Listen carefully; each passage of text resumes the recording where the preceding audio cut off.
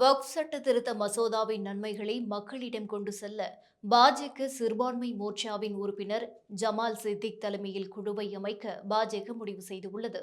மக்களவையில் 12 மணி நேர விவாதத்துக்கு பிறகு 288 உறுப்பினர்கள் ஆதரவோடு வக்ஃப் சட்ட திருத்த மசோதா நிறைவேற்றப்பட்டது. இதையடுத்து முஸ்லிம்களின் நலன்களுக்கு எதிரானது, முஸ்லிம்களின் சொத்துக்களை பறிக்க இச்சட்டம் நிறைவேற்றப்பட்டுள்ளது.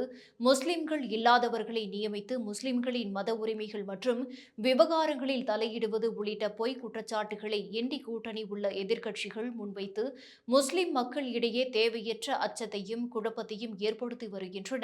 இதையடுத்து வக்ஃப் சட்ட திருத்த மசோதா குறித்த உண்மைகள் மற்றும் நலன்களை மக்களிடம் கொண்டு செல்ல பாஜக சிறுபான்மை மோர்ச்சாவின் உறுப்பினர் ஜமால் சித்திக், தேசிய செயலாளர் அனில் கே அந்தோணி உள்ளிட்டோர் அடங்கிய குழுவை அமைக்க பாஜக முடிவு செய்துள்ளது.